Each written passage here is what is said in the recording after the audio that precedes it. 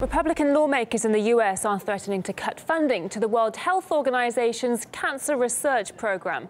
That's after the International Agency for Research on Cancer said America's most widely used weed killer, made by Monsanto, is probably carcinogenic.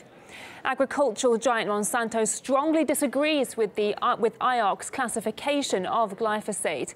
The International Agency for Research on Cancer is part of the World Health Organization. It coordinates and conducts research into the causes of cancer. In addition, it leads cancer prevention activities and helps shape the international agenda.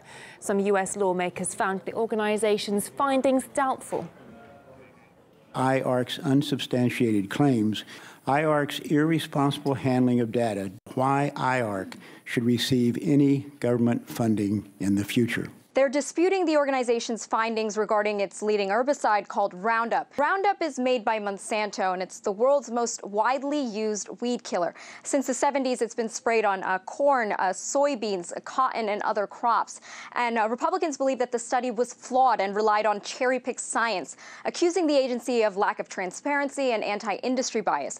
They say that if glyphosate is designated as carcinogenic, it will require manufacturers and retailers to warn workers and consumers, and plus it'll increase costs and instill fear in the public. Some have disagreed with Republicans.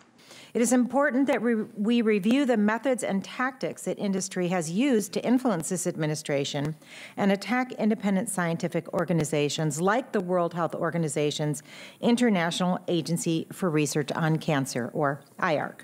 I would like to say that fundamentally this hearing is about the ability of a public health agency to call a carcinogen, even if that carcinogen makes a huge amount of money for powerful corporations.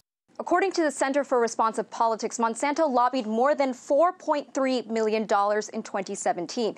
The Environmental Protection Agency, which is not an international organization, concluded that the same ingredient does not cause cancer.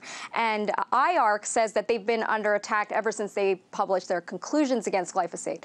At the same time, Monsanto has been pushing against these findings through several different means, and the company is seen as, quite controversial, not only in the U.S., but all over the world. President Macron promised in November that glyphosate would be banned within 3 years. Genetically modified crops have been banned in over 35 different countries, but not banned in the U.S. International organizations have concluded that glyphosate could be cancerous, so these lawmakers' intentions are quite unclear.